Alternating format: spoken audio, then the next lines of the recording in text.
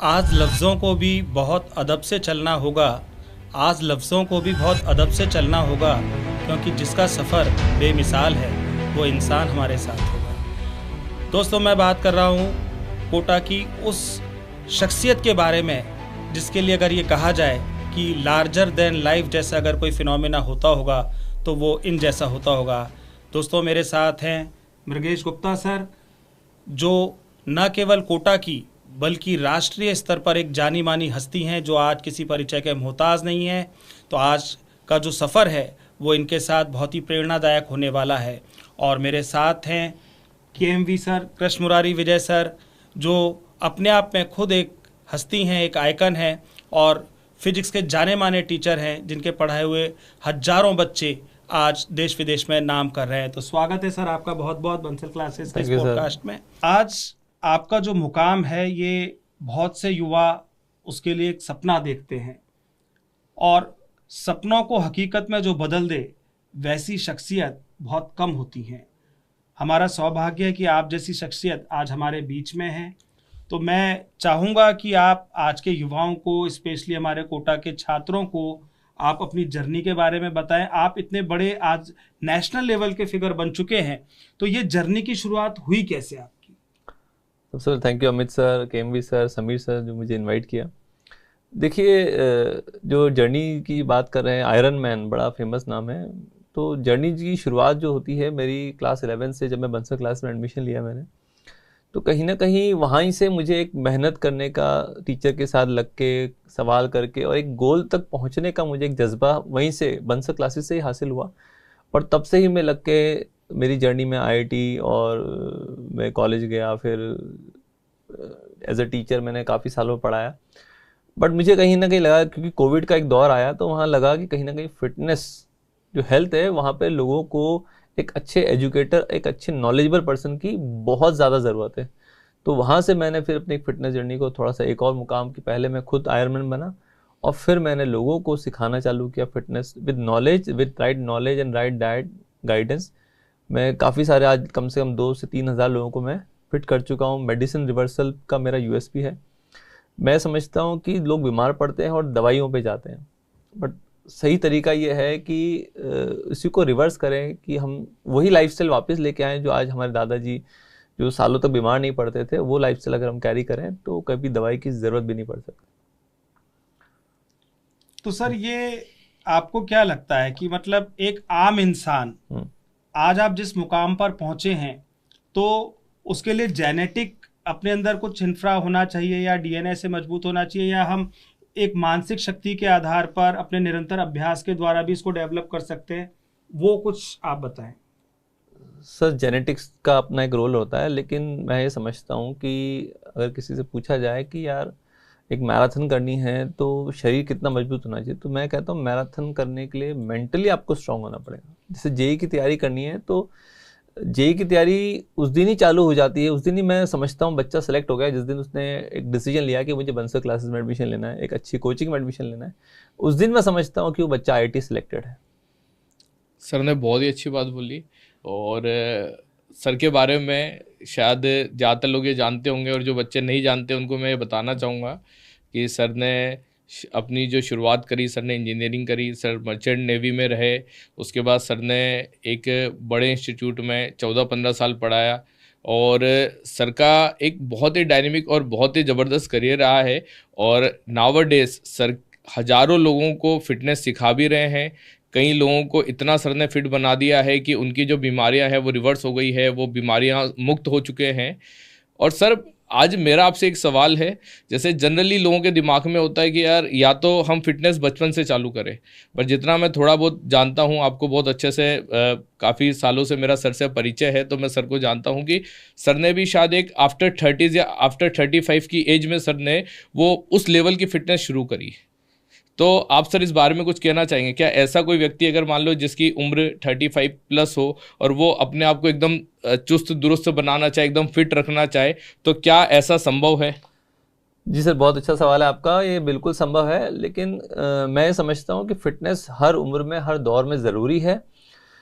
लेकिन जैसे हम बचपन में बड़े होते हैं, तो अगर कोई मुझसे कहता है कि यार बच्चों को एक्सरसाइज नहीं करानी चाहिए, जिम नहीं कराना चाहिए, तो मैं कहता हूँ बच्चों को ही एक्सरसाइज करानी चाहिए, क्योंकि उन्हीं के पास ग्रोथ हार्मोन्स हैं। वो जो जब एक्सरसाइज करते हैं तो बॉडी का ही पार्ट है ब्रेन, तो डोपामिन रिलीज होता है, एंडोर्फिन रिलीज होता है, हमारा ब्लड सर्कुलेशन इतना हाई रहता है तो ब्रेन के न्यूरॉन्स तक खुल जाते हैं। तो अगर हाइट ग्रोथ की बात करें तो डेफिनेटली एक कम एज में 12-13 साल से एक्सरसाइज करना बहुत अच्छा रहता है। फिजिकल डेवलपमेंट की बात करें तो किसी भी एज में आप एक्सरसाइज करें तो आप निरोगी स्वस्थ रह सकते हैं। और मैं जिस लाइफस्टाइल को जी रहा हूँ, जिस लाइफस्टाइल को लोगों को रिकमेंड करता हूँ, मैं समझता हूँ कि अगले 100 साल तक किसी को दवाई की ज़रूरत नहीं पड़ सकती। बिल्कुल सर, बहुत ही अच्छी बात। और मेरा सर एक और आपसे सवाल है, जैसे लोग कहते हैं, जैसे आज अगर हम बात करेंगे तो हमारा तो जो मुख्य जो मोटिव होता है, हमारी जितनी बातें होती है वो बच्चों को लेकर ही सेंट्रिक होती है। तो बच्चे भी ये जानना चाहते हैं कि जैसे जो बच्चे कॉम्पिटिटिव एग्जाम की तैयारी कर रहे हैं, उनको 10 से 12 घंटे 15 घंटे तक भी कई बार पढ़ाई करनी होती है, 5 से 6 घंटे उनकी क्लासेस होती है, उसके बाद 6 से 7 घंटे उनकी सेल्फ स्टडी होती है। तो ऐसे टाइट शेड्यूल में वो किस तरीके से अपनी एक्सरसाइज को करें? क्या उनको बहुत हैवी एक्सरसाइज करनी चाहिए, या कुछ ऐसी एक्सरसाइज जिससे उनका मतलब पढ़ाई भी डिस्टर्ब ना हो और वो अपनी मेंटल और फिजिकल इफिशियंसीज को भी बढ़िया से बढ़िया कर सके? मैं इसी में एक बात और सर की बात को ही जोड़ना चाहूँगा। मतलब स्टूडेंट के पॉइंट ऑफ व्यू से हम ये सर से सीखना चाहेंगे कि सर फिजिक्स की भी फैकल्टी रहे हैं, और फिजिक्स जब पढ़ा रहे थे सर का शेड्यूल इतना ज़बरदस्त बिजी रहता था, हमने देखा हुआ है सर का शेड्यूल भी। और उसके बाद भी इतनी हार्ड एक्सरसाइज करना, उसमें कभी शायद ही कभी कोई नागा हुई होगी या मतलब एब्सेंस हुई होगी। इतनी सब एक्सरसाइज करने के बाद भी एनर्जी लेवल इतना ज़बरदस्त कि भरी पूरी क्लास को कई कई घंटे पढ़ा देना और फिर भी थकान ना होना। तो सर ये सब टाइम मैनेजमेंट, इतना डिसिप्लिन, इतना एनर्जी लेवल, ये सब कैसे कर पाते थे आप? देखिए, मैं समझता हूँ कि मैं एक वर्कहॉलिक पर्सन हूँ, और मैं समझता हूँ कि अगर आपको ज़िंदगी में एक बड़ा मुकाम हासिल करना है तो 6 घंटे 8 घंटे काम करने से कुछ भी नहीं होगा। अगर आपको 6 घंटे सोना है तो बाकी आपके पास 24 माइनस 6 लगभग 18 घंटे बचे हैं, और 18 घंटे को आप सही से प्लान करें और अच्छी एफिशिएंसी से काम करें तो बहुत कुछ अचीव किया जा सकता है। तो जैसे मेरा रूटीन रहता था, एक टाइम ब्लॉकिंग कॉन्सेप्ट मैंने यूज़ किया है, हैबिट ट्रैकर कॉन्सेप्ट यूज़ किया है, आपको गूगल पे सब जगह मिल जाएगा। उसकी एप्लीकेशन बड़ा इंपॉर्टेंट रोल प्ले कर दिया। तो जैसे मेरी क्लासेस रहती थी तो मैं दिन के 6 घंटे सोने के, तो बाकी जो 18 घंटे 2-2 घंटे के ब्लॉक्स में डिवाइड करता था, और अपने टारगेट लिखता था कि ये 2 घंटे मुझे रनिंग करनी है, ये 2 घंटे मुझे साइकिलिंग करनी है, ये 2 घंटे 4 घंटे मुझे क्लास सुबह की क्लास लेनी है, 4 घंटे 5 घंटे शाम की क्लास लेनी है, बच्चों को डाउट टाइम देना। तो उस हिसाब से मैं अपने आप को अरेंज करता था, सब चीज़ प्लान रहती थी। तो वैसे मैं स्टूडेंट्स को एक गाइडेंस जो देना चाहता हूँ कि जैसे सर का सवाल था, या सर ने भी एड ऑन किया कि एक स्टूडेंट, मुझे याद है आज से 99 में जब मैं बंसल सर से पढ़ता तो कहते थे बच्चे 10 घंटे पढ़ाई बहुत बहुत है, मतलब जेई में टॉप 100 में रैंक लाने के लिए सिर्फ 10 घंटे। बंसल सर के वो शब्द मुझे आज भी याद है। तो 10 घंटे अगर बच्चा पढ़ रहा है तो बाकी उसके पास अभी भी 8 घंटे हैं। तो डेफिनेटली 10 घंटे में अच्छी एफिशिएंसी के लिए उसको 1 घंटे कोई भी सुबह का या शाम का अपने एक्सरसाइज में एक बेसिक कुछ एक्सरसाइज और थोड़ा सा प्राणायाम, जो ब्रेन की फंक्शनिंग के लिए अच्छा रहता है, डोपामिन वगैरह रिलीज होता है, नींद भी अच्छी आती है, स्लीप रिकवरी अच्छी होती है, तो बच्चा स्ट्रेस में नहीं रहता है। और गोल ओरिएंटेड जब हम काम करते हैं ना तो सफलता जरूर हासिल होती है। सर का काफ़ी मतलब लंबा अनुभव रहा है, और जितना मैं जानता हूँ कि सर की जैसे टाइमिंग को लेकर के शायद ही कभी ऐसी कोई क्लास होती होगी जिसमें सर कभी लेट होते थे। इवन स्टिल जो 6-6, 7-7 घंटे की सर की एक्सरसाइज होती थी, 3-3, 4-4 घंटे तो आई थिंक सिर्फ वॉकिंग वगैरह या रनिंग वगैरह होती थी, कॉम्बिनेशन। और बिल्कुल पढ़ाते पढ़ाते ही सर ने एकदम आयरन मैन का अपना खिताब भी अचीव करा। और तो सर मैं आपसे यही जानना चाहूँगा कि ऐसा मतलब जो आपका इतना इंटरेस्ट था, डीप इंटरेस्ट जो था फिजिक्स में, तो आज आप जो अपना काम कर रहे हैं तो उसमें कहाँ आपको लगता है कि कहीं ना कहीं वो जो फिजिक्स से जुड़ाव था वो आज भी उतना ही आपके लिए महत्वपूर्ण है? बिल्कुल सही। एज अ टीचर मैं समझता हूँ कि फिजिक्स जो है, जब हम बात करते हैं फोर्स की, मैकेनिज्म्स की, तो वो हमारे रियल लाइफ में भी काफ़ी रोल प्ले करती है। जब हम रनिंग करते हैं तो कितना इम्पैक्ट आना चाहिए, स्विमिंग करते हैं तो किस स्ट्रोक पे, किस एंगल पे हमें स्विमिंग का स्ट्रोक लेना चाहिए ताकि हमारी स्पीड अच्छी रहे। विंड का अलग रोल होता है। जब हम साइकिलिंग करते हैं तो अपहिल जो एलिवेशन इंक्लाइन प्लेन हमने पढ़ा है फिजिक्स में, तो अपहिल डाउनहिल में mg sin थीटा जो फोर्स लगता है वो भी हमें हेल्प करता है। तो ये सारे जो फिजिक्स के कॉन्सेप्ट है वो रियल लाइफ में और प्रैक्टिकल जो मैं cycling, running, swimming, martial arts, अपने जो भी स्पोर्ट में जिमिंग मैंने करी है उसमें बिल्कुल मैंने अप्लाई किया। और एज अ टीचर सिर्फ फिजिक्स नहीं, जब बच्चों को पढ़ाते हैं ना तो सर बच्चा बनना पड़ता है, और बच्चों की एनर्जी जो है वो आपके साथ जुड़ जाती है, तो डेफिनेटली वो एनर्जी ही हमें पुश करती है कुछ एक्स्ट्रा माइलस्टोन अचीव करने के लिए। सर कोई ऐसा एक फार्मूला आप बताना चाहेंगे, ऐसी कोई एक ऐसी बात कि बच्चे अपनी मतलब बोलते हैं ना कि सब्जेक्ट और हेल्थ दोनों से रिलेट करता हुआ कि दोनों को अपलिफ्ट करने के लिए ये एक मेथड या एक फार्मूला जिसको हम अपने जीवन में बड़ी सरलता और सहजता के साथ लगा सकें और दोनों में ही आगे की ओर बहुत तेजी से बढ़ सके। देखिए, मैं थोड़ा सा वर्कहॉलिक भी हूँ और मैं समझता हूँ कि फिजिक्स और लाइफ में हर जगह अलग अलग तरह के गोल्स होते हैं। तो जैसे जेई करनी है, कोई बच्चा मुझसे पूछता है सर मैथ्स वीक चल रही है या फिजिक्स वीक चल रही है, तो मैं कहता हूँ कि यार इसकी प्रैक्टिस ज़्यादा करो। मैथ्स वीक चल रही है तो मैथ्स के क्वेश्चन ज़्यादा लगाओ, फिजिक्स वीक चल रही है तो इस चैप्टर के 20 क्वेश्चन एक्स्ट्रा लगाओ, 30 क्वेश्चन एक्स्ट्रा लगाओ। तो वैसे ही रनिंग या साइकिलिंग में जब मुझे इंप्रूवमेंट करना होता है तो मैं डेफिनेटली अपना माइलेज यानी कितने किलोमीटर में दौड़ रहा हूँ या कितने सवाल में कर रहा हूँ, दोनों को बढ़ाना पड़ता है और दोनों ही एक सिंक्रोनाइज्ड वे में हमें अच्छा पॉजिटिव रिस्पॉन्स मिलता है। सर कभी ऐसा नहीं होता कि एक जैसा रूटीन, क्योंकि ये बहुत डिसिप्लिनरी काम है रेगुलर एक्सरसाइज करना, तो कभी कभी कुछ मोनोटोनस भी हो जाते हैं। हाँ। और जैसे मैं अपनी बात करूं तो मतलब 6 दिन अगर मैं वर्कआउट कर लेता हूं तो 7वें 8वें दिन तो ऐसा लगता है कि यार छोड़ो यार। तो कभी कभी आपके साथ भी ऐसी स्थिति शुरुआती दौर में बनी होगी, तो वो माइंडसेट से आप कैसे बाहर निकल पाते हैं? देखिए, कोई मुझसे पूछता है ना सक्सेस एक शब्द में बताएं क्या होता है, तो मेरा एक ही जवाब रहता है डिसिप्लिन। तो एक ही काम को अगर आप रेगुलर करते हो तो उसमें आपकी प्रैक्टिस बहुत अच्छी हो जाती है। मतलब ब्रूस ली कहता है कि मैं उस इंसान से नहीं डरता जिसको 1000 किक्स आती हैं, बट उस इंसान से डरता हूँ जिसकी एक ही किक को 1000 बार प्रैक्टिस करता। तो वैसे ही जेई में सिलेक्शन का सिंपल सा एक सिलेबस है और उसकी जितनी ज़्यादा प्रैक्टिस करोगे अकॉर्डिंगली उतना बड़ा गोल आप अचीव कर सकते हैं। हाँ, मोनोटोनिसिटी आती है, बोरियत आती है, उसी के लिए आप रिफ्रेशमेंट के लिए कई बच्चे मोबाइल में लग जाते हैं, वो एक गलत तरीका है। हाँ, आप एक टाइम बाउंड रखें, कुछ समय एक्सरसाइज के लिए, कुछ समय एंटरटेनमेंट में, कुछ कॉमेडी देख ली, कुछ समय अपने फैमिली में बात कर ली, समय दे दिया, तो इस तरह से हम उस बोरियत से, उस मोनोटोनस फेज से बाहर निकल सकते। सर इतनी हार्ड वर्किंग के लिए क्या आप कोई पर्टिकुलर डाइट सजेस्ट करना चाहेंगे? देखिए, डाइट, मुझे लोग कहते हैं कि डाइट बताओ डाइट बताओ, तो मैं कहता हूँ कि पहले आप बताओ मुझे डाइट। तो एक पार्टी में जब हम जाते हैं तो कहीं ना कहीं हर इंसान को पता होता है कि यार ये जलेबी हेल्दी है कि नहीं है दही बड़ा हेल्दी है कि नहीं, बट फिर भी हमारा जो मेंटल कंट्रोल है वो हम नहीं कर पाते हैं और वो अनहेल्दी चीज़ खाते हैं। तो डाइट का एक सिंपल सा परिभाषा है, आप उसको देखें, थोड़ा सा एक पॉज लें, एक इवेल्युएट करें कि मेरी हेल्थ के लिए अच्छा है बुरा है, अकॉर्डिंगली डिसीजन लें खाना है कि नहीं खाना है। तो वो एक सिंपल सा तरीका है और वही मैं अपने हर डिसीजन में, मतलब मैं जैसे किसी से बात भी करता हूँ ना तो मैं इंस्टेंट रिप्लाई नहीं देता हूँ, मैं एक पॉज लेता हूँ। सुबह अगर कोई डिस्कशन है तो सॉल्यूशन में शाम को निकालता हूँ, तो एक बेहतर नतीजा निकल के आता है। वही चीज़ मैं डाइट फॉलोअप के लिए कहता हूँ। एक्चुअली इम्पल्सिव ईटिंग या मोमेंटम ईटिंग जो होती है ना, वो बड़े हार्मफुल होती है। सामने मीठा आ गया और फटाक से खा लिया, वो नहीं होना चाहिए। सर आप कोटा से ही हैं, तो फिर कोटा कचौरी को देख के आप कैसे मन पे कंट्रोल सर कोटा कचौरी बड़ी फेमस है कि ये कचौरी नहीं, मल्टीविटामिन की गोली है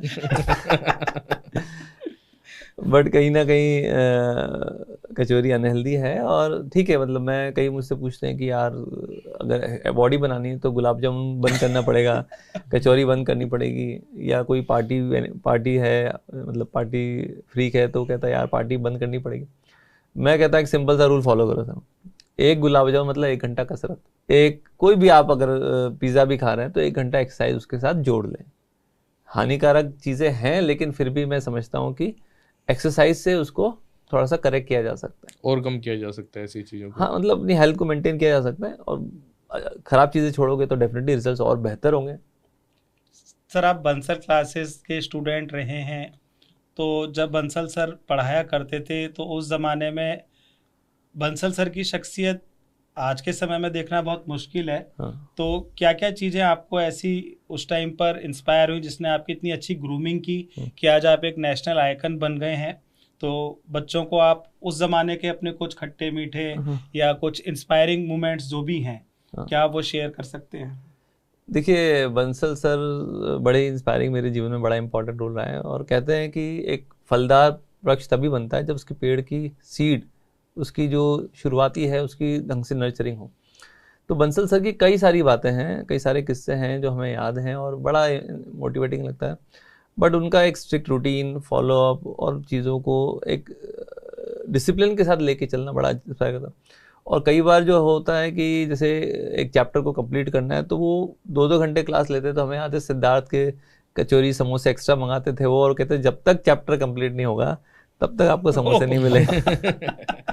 तो बच्चे लग के पढ़ते थे कि उन्हें पता है कि भाई पूरी 2 घंटे 3 घंटे 4 घंटे, कई बार रात रात भर भी उन्होंने पढ़ा है, और बच्चों को पता है कि ये क्लास खत्म होने के बाद ही समोसे मिलेंगे, तो बच्चे मन से पढ़ते थे। हाँ, ये आपने एक बहुत अच्छी बात बोली कि जैसे एक हमारी साइकोलॉजी होती है कि अगर हम कोई काम कर रहे हैं, अगर उस काम के बदले अगर हमें कोई थोड़ा भी रिवॉर्ड मिलता है, हाँ। तो we will feel somewhat motivated, हमें एक मोटिवेशन आता है कि भाई ये काम करना ही है। हाँ। तो आप भी क्या इस तरीके से जो आप अभी अपना जो फिटनेस कैंप चला रहे हैं, जो आप फिटनेस इंडस्ट्री के अंदर आप आज के टाइम पे एक बहुत बड़े सितारे हैं, तो आप इस तरीके से भी आप कुछ प्लानिंग करते हैं क्या? बिल्कुल मैं प्लान करता हूँ, और मैं समझता हूँ इंस्टेंट रिवॉर्ड बड़ा मतलब कई बार डिस्ट्रैक्ट भी कर देता है। जैसे समोसा हम खाते हैं तो इंस्टेंटली हमें बड़ा अच्छा लगता है, बट वहीं हम हेल्दी डाइट लेते हैं तो वो उसका रिजल्ट कुछ समय बाद दिखता है। तो ऐसे ही मेरे सिस्टम में, मेरे जिम में, मेरे स्टूडेंट्स हैं उनको इंस्टेंट रिवॉर्ड वाला सिस्टम में लेके आता हूँ कि भाई आपने 15 दिन में ये कुछ किया तो आपको ये कुछ गिफ्ट मिलेगा, कुछ रिवॉर्ड मिलेगा। और वही मेरी खुद की फैमिली में मेरे दोनों बच्चे आईआईटी की तैयारी कर रहे हैं, तो उनमें भी मैं अप्लाई करता हूँ कि भाई आज आपने 1 घंटे पढ़ाई करी तो 100 रुपये आपके, और 10 घंटे पढ़ाई की तो 1000 रुपये आपके, और उससे जो गिफ्ट लाना है आप लेके आ सकते हो। तो उस दिन जो पढ़ाई करी उसी के हिसाब से उसको रिवॉर्ड मिलेगा। और इंस्टेंट मतलब बच्चों को बड़े डिस्ट्रैक्ट हो जाते हैं कि यार 2 साल पढ़ाई करने के बाद जेईई का रिजल्ट आएगा। वहीं अगर इंस्टेंट रिवॉर्ड सिस्टम होता है तो बच्चा हर दिन मोटिवेटेड रहता है। मुझे अगेन मैं जैसे बंसल सर क्लास में जो पढ़ाते थे तो पूजा दीदी का मुझे अच्छी तरह याद है कि चॉकलेट क्वेश्चन बड़ा पूछती थी। एक केतकी मैडम थी, ठीक है, रुचि मैडम थी, तो उन्होंने भी पढ़ाया था। तो चॉकलेट क्वेश्चन में मुझे ये मान लो कि 10 में से 4 बार चॉकलेट क्वेश्चन का प्राइज़ मुझे ही मिलता था, और बड़ा मोटिवेटिंग होता था, और मैं फिर और सवाल लगाता था ताकि अगली क्लास में भी मुझे वो चॉकलेट फिर मिले। सर की एक स्टूडेंट वाली जर्नी भी शानदार रही है और एक टीचर वाली जर्नी भी शानदार रही है। सर ऐसा कोई इंस्टेंस, ऐसा कोई आपका मोमेंट, ऐसा अनुभव कि जब आपने आपके किसी स्टूडेंट को कुछ ऐसा बताया, कोई ऐसी चीज़ हुई हो जिससे उसकी पूरी लाइफ टर्न हुई हो? ऐसे कई सारे किस्से हैं। जैसे एक बार मैं फिजिक्स के सवाल कर रहा था तो एक क्लास में एक लड़की थी और बड़ा उछल उछल के जवाब दे रही थी। तो मैंने कहा यार बेटा आपने आज क्या क्लास में क्या स्प्रिंग रोल, नाश्ते में क्या स्प्रिंग रोल खाया है क्या? तो तब से उसका नाम स्प्रिंग रोल पड़ गया, और आज भी वो मेरे से कनेक्टेड है, और she graduated from IIT Delhi, तो मुझसे कनेक्टेड है। और हर बार मुझे कहती है कि मैं फ़ोन करती है तो मैं बोलती कौन, तो बोलती है सर स्प्रिंग रोल बोल रही हूँ। अच्छा, जब सर पढ़ाते थे तो सर का जो नाम था, मतलब जनरली जैसे टीचर्स को शॉर्ट नेम से जानते हैं, जैसे जो हमारे एचओडी हैं अमित जैन सर को एजे नाम से जानते हैं, मुझे केएमवी सर के नाम से जानते हैं, तो उसी प्रकार से सर को एमजी सर के नाम से जाना जाता था, जहाँ पर एम मास और जी एसिलेशन ड्यू टू ग्रेविटी। तो मतलब सर का नाम ही ऐसा है कि कहीं ना कहीं वो ग्रेविटी भी है और फिजिक्स से जुड़ा भी है। हाँ, बच्चे कहते थे ना सर फिजिक्स के हर सवाल में एमजी आता है, तो आप तो रहेंगे तो हमारा सवाल वैसे ही हो जाएगा। बिल्कुल सही बात। सर थोड़ा आज के यूथ को आपकी जो टाइटल्स हैं जिसमें आयरन मैन हुआ, अल्ट्रा मैन हुआ, थोड़ा नैरेट आप करेंगे इसमें क्या क्या होता है, कितने टफ चैलेंजेस होते हैं, कितने % लोग सक्सेसफुल हो पाया आज तक? देखिए iron man, ultra man, black belt, ऐसे कई सारे चैलेंजेस मैंने अचीव किए, बट मैं समझता हूँ कि I follow principle reverse engineering. तो जिस दिन मैंने नाम सुना आयरन मैन, तो उस दिन मैंने सबसे पहले सोचा कि क्या मैं कर सकता हूँ। तो मैंने कहा मुश्किल कुछ भी नहीं है।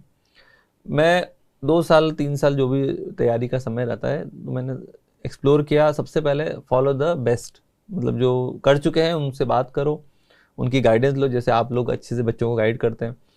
तो मैंने उस प्रोसेस को रिवर्स इंजीनियर किया कि भाई आयरन मैन में जैसे 3.8 किलोमीटर स्विमिंग होता है, 180 किलोमीटर साइकिलिंग होता है, 42 किलोमीटर की full marathon back to back हमें करनी होती है, और ये सब मैंने कंप्लीट किया 15 घंटे में। तो मुझे पता स्विमिंग मुझे आती नहीं थी। मज़ेदार बात यह कि मुझे स्विमिंग नहीं आती थी, ठीक है। मतलब मैं पूल में कूद गया, थोड़ा सा आगे तैरा तो घबरा गया मैं, यार तैरना आता ही नहीं, पाँव टिके नहीं। तो फिर फटाफट वो कोच ने ट्यूब फेंकी, तो फिर धीरे धीरे मैं समझा कि यार ग्रेजुअली अपन समझेंगे। फिर मैंने एक ऐसा पूल पकड़ा जिसकी गहराई थोड़ी सी कम थी, ठीक है। जैसे हम स्टूडेंट्स को कहते हैं ना कि यार पहले ऑब्जेक्टिव 1 लगाओ, फिजिक्स में HC वर्मा का ऑब्जेक्टिव 1 लगाओ, इजी क्वेश्चन से तुमसे होएंगे, कॉन्फिडेंस बढ़ेगा। तो वैसे ही मैंने आयरनमैन अचीव करने के लिए, जैसे 4 kilometre swimming, 180 kilometre cycling, 40 kilometre, मैंने एक टारगेट लिए कि आज मुझे 1 किलोमीटर स्विमिंग करनी है। पहला गोल हुआ 1 किलोमीटर स्विमिंग, या 10 किलोमीटर रनिंग, या 25, 30, 50 किलोमीटर साइकिलिंग।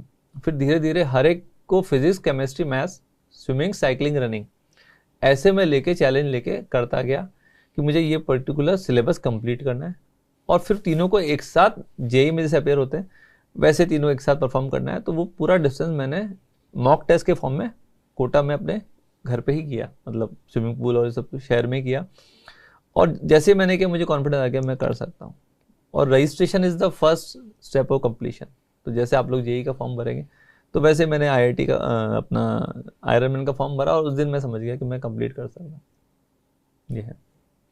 बहुत ही बढ़िया सर। एक तरीके से जो इंस्पिरेशन हम बच्चों को देते हैं जेई के लिए, तो वही आपने इसे भी एक तरीके से कॉम्पिटिटिव एग्ज़ाम मानते हुए आपने बहुत ही ईमानदारी से और बहुत ही एनर्जी के साथ तैयारी करी, और आपने इतने बड़े बड़े अचीवमेंट हासिल किए।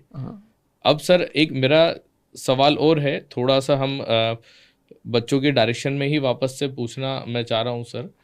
क्या ऐसे कुछ कंपटीशन होते हैं या ऐसे कुछ चीज़ें बच्चे कर सकते हैं कि वो अपनी पढ़ाई के साथ साथ भी कुछ हेल्थ या फिटनेस से रिलेटेड या स्पोर्ट्स से रिलेटेड कुछ कुछ अच्छी चीज़ें अचीव कर सकते हैं? क्या इस तरीके के कोई कंपटीशन या इस तरीके के कोई चैलेंजेस वगैरह जो आप बताना चाहें जिनके बारे में? देखिए, स्पोर्ट्स एक बहुत बड़ी अच्छी चीज़ सिखाता है कि एथलीट माइंडसेट जो होता है वो मेहनत का होता है। और डेफिनेटली आज के युग में सिर्फ डिग्री उतना काम की नहीं है, आपको स्किल भी बिल्ड करना होगा, ठीक है। मतलब आपने IIT कर ली, उसके बाद भी कई मैंने देखे ऐसे केसेस जो अगर स्किल्ड है तो बहुत आगे जाते हैं। तो IIT के साथ जैसे अपन बात करें तो बच्चे और भी स्किल्स पे काम कर सकते हैं, सेल्फ लर्निंग पे काम कर सकते हैं। आजकल ऑनलाइन ऑफलाइन बहुत सारी चीज़ें हैं, बट मैं समझता हूँ कि जेई करने के बाद ये सारी चीज़ें अपन काम में करते हैं। एज ए कॉलेज जब हम जाते हैं तब हम इसको अप्लाई कर सकते हैं। अभी मेरा कहना है कि वैसे फोकस, क्योंकि आप जेई की तैयारी करें, नीट की तैयारी करें, तो सारा फोकस इन्हीं पे रहना चाहिए। मतलब अभी तो हम यही कहना चाहेंगे हमारे बच्चों से कि अभी तो आप मेनली पढ़ाई पे फोकस करें, और साथ के साथ आप रोज 1 से 1.5 घंटा जिसमें आपका योगा प्राणायाम हो गया और कुछ लाइट एक्सरसाइजेज होगी, बहुत हैवी एक्सरसाइज हाल फिलहाल ना करें। 1-2 दिन भी बहुत है। मतलब बच्चे तो यंग होते हैं, एनर्जेटिक होते हैं, उनको कोई बीमारी भी नहीं होती। हफ्ते में 1-2 घंटे अल्टरनेट डे भी कर सकते हैं, ग्रेजुअली इसको इंक्रीज कर सकते हैं, कोई बड़ी बात नहीं है। सर, कोटा इस समय कुछ चुनौतियों से गुजर रहा है जो हम मीडिया के थ्रू भी जानते हैं, कुछ रियलाइज भी कर रहे हैं। तो ये हम सभी जानते हैं कि कोटा को शिक्षा नगरी, शिक्षा की काशी, इस तरह के जो टाइटल मिले, उस सफ़र की शुरुआत अगर कहीं से हुई तो वो बंसल क्लासेस से हुई। और आज देश विदेश में अधिकतम जितने भी फैकल्टीज़ हैं, संस्थान हैं, उन सबका कुछ ना कुछ कनेक्शन किसी भी प्रकार का बंसल क्लासेस से रहा हुआ है। तो ऐसे में वर्तमान में जो भी चुनौतियां हैं या जिन भी विषयों को लेकर के पेरेंट्स चिंतित रहते हैं, चाहे वो एकेडमिक्स को लेकर के हो, चाहे डिसिप्लिन को लेकर के हो, तो ऐसे में आप क्या बच्चों को सजेस्ट करेंगे, कैसे हम उनको मोटिवेट करें कि कोटा में इस तरह की कोई बात नहीं है, आज भी उन्हीं फंडामेंटल्स को फॉलो किया जा रहा है जो बंसल सर ने हमें सिखाए थे? तो इस बारे में आप थोड़ा बच्चों को मोटिवेट करें, गाइड करें। देखिए, कोटा शैक्षणिक नगरी बाद में, और बंसल क्लासेस का जो शुरुआत है उसी से कोटा फेमस हुआ। मैं खुद मतलब 99 में बंसल सर से पढ़ा हूँ, 2000 में मैं सेलेक्ट हुआ था जेई में। तो बच्चे हों चाहे टीचर हों, तो जो तैयार किया जाता है ना पौधा, जैसे कैसे इसको तैयारी करानी है, वो माइंडसेट सारा बंसल सर का दिया हुआ है। डेफिनेटली उसी माइंडसेट को लोग फॉलो करते हैं। आज भी बाबा के नोट्स मैथ्स में सब जगह सभी टीचर्स बाबा के नोट्स यानी बंसल सर के नोट्स से ही पढ़ाते हैं। और कहीं ना कहीं मैं समझता हूँ कि जो कोटा जिस दौर से गुजर रहा है, तो एक तरह से ये है कि भाई कोटा का जो माहौल है वो देश के किसी शहर में नहीं मिल सकता। यहाँ की जो सुविधाएं हैं, यहाँ का जो माहौल है, बच्चों के डिस्ट्रैक्शंस कम हैं, बच्चा आके पढ़ता है, हॉस्टल में रहता है, सिर्फ उसका फोकस पढ़ाई पे होता है। अभी दिल्ली में, बॉम्बे में, किसी भी आप शहर में चले जाओ तो डिस्ट्रैक्शन बहुत सारे हैं, बट कोटा में एक सिस्टमेटिक तरीके से बच्चों को पढ़ाया जाता है और सालों से, मतलब 1 साल नहीं है, 30, 35, 40 साल हो गए सर करते हुए। तो उसका कुछ ना कुछ एक्सपीरियंस, उसका कुछ ना कुछ जो एक सिस्टम बन चुका है, वो बच्चों के लिए, बच्चों की ग्रोथ के लिए, उनके सिलेक्शन के लिए बहुत ज़रूरी है। और होम टाउन में भी बच्चा पढ़ सकता है, लेकिन जो हॉस्टल में जिस तरह का हमारे यहाँ माहौल दिया जाता है कोटा में, जिस तरह की मेंटरिंग की जाती है बच्चों की डाउट सॉल्विंग को लेके, और जिस तरह का पूरा सिस्टम बना हुआ है, वो सिलेक्शन के लिए बहुत बेहतर है। हाँ, रिजल्ट हर शहर से आएंगे, लेकिन कोटा वाला रिजल्ट मुझे नहीं लगता अगले 20-50 सालों तक कोई तोड़ सकता है। बिल्कुल सर, बहुत ही सही बात सर, एकदम जो आपने बोला, कोटा का तो एक तरीके से निर्माण ही स्टूडेंट सेंट्रिक तरीके से हुआ है। कोटा एक ऐसा शहर है जो एक एक बच्चे पे ध्यान देता है। और एक चीज़ और मैं सर आपसे पूछना चाहूँगा, एक जो किताब होती है जैसे फिजिक्स में, जैसे मैं भी जनरली बच्चों से बोलता हूँ, मतलब किताब का नाम लेते ही सबके दिमाग में एक पहली किताब जो फिजिक्स की क्लिक करती है, that is S C Verma. Sir आप उस किताब के बारे में, या बच्चे उस किताब को लगाएं, उस बारे में आप क्या कहना चाहते हैं? सर एस सी वर्मा एक बहुत बेसिक किताब है, और जब मैं पढ़ाता था और मैं खुद भी पढ़ता था तो मैं हमेशा जैसे सवालों को कंपेयर करता था कि जो जेईई में पूछे गए सवाल हैं, तो मुझे ऐसा लगता था यार एज इट इज़ ऑब्जेक्टिव से सवाल आ गया है, एज इट इज़ एक्सरसाइज से सवाल आ गया, बस डाटा चेंज है। तो इसलिए ये किताब बड़ी पॉपुलर हुई, और कहीं ना कहीं अगर एग्ज़ाम में आए हुए क्वेश्चन अगर हमने पहले किए, उस तरह से मिलते जुलते किए, तो डेफिनेटली सक्सेस के लिए बहुत अच्छा एक मापदंड है। और जिसने एस सी वर्मा लगा लिया, हमें तो बंसल सर कहते थे उस समय, अच्छे टीचर्स जो पढ़ाते थे, तो वो कहते थे यार, हमें रिकमेंड की जाती थी कि बंसल क्लासेस से बुक की जो लिस्ट मिलती थी उसमें एस सी वर्मा, आई रेडो, रिलैप्को, एस एल लोनी, ये सब किताबें बेसिक्स फाउंडेशन वाली किताबें हैं, और ये लगाने। और आज भी मैं समझता हूँ कि इतने सालों से देख रहा हूँ जेईई का सिलेबस आज भी वही है, और एच सी वर्मा से आज भी डायरेक्ट क्वेश्चन आते हैं। बिल्कुल सही बात है sir. Basically S C Verma में जो आप सवालों की जो सीक्वेंसिंग देखेंगे, जिस तरीके से सवालों को पूछा गया है, एक के बाद एक के बाद एक, जब आप लगाते चलेंगे उस ऑर्डर में, तो कहीं ना कहीं हर वो चीज़ जो आपके दिमाग में क्लिक नहीं कर रही, या फिर जिसे क्लिक करना चाहिए, वो धीरे धीरे क्लिक करने लगेगी, और आपका सब्जेक्ट को जो कमांड है वो स्ट्रॉन्ग से स्ट्रॉन्ग होता चला जाएगा।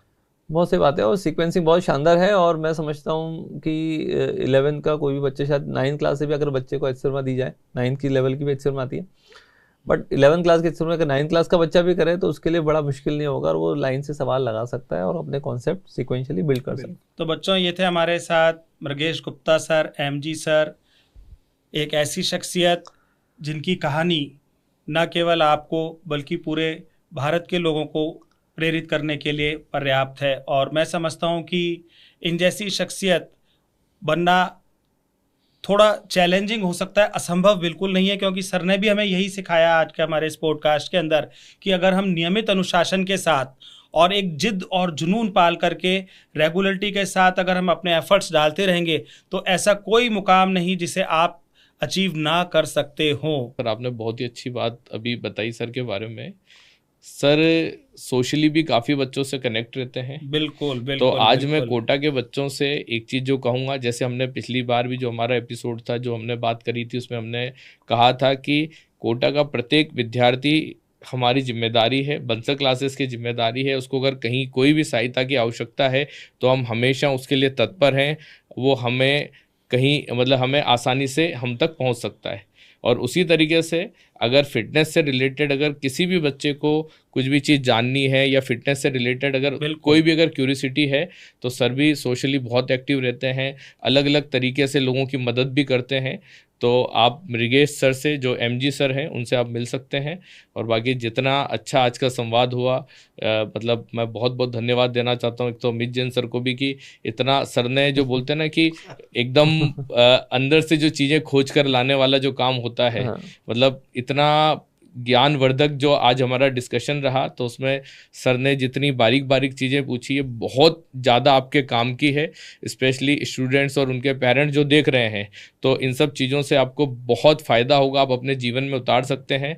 जैसे सर ने बताया कि डिसिप्लिन एक ऐसी चीज़ है जो कि डेडिकेशन की तरफ आपको लेकर जाती है। और जब डिसिप्लिन और डेडिकेशन दोनों चीज़ें जब कनेक्ट होती है तो आप निश्चित रूप से सफल होंगे, आपको 100% सफलता मिलेगी, सक्सेस मिलेगी। तो हम सभी लोग तहे दिल से धन्यवाद करते हैं मृगेश सर का कि एमजी सर यहाँ पर आए। सर बहुत बहुत धन्यवाद। Thank you sir.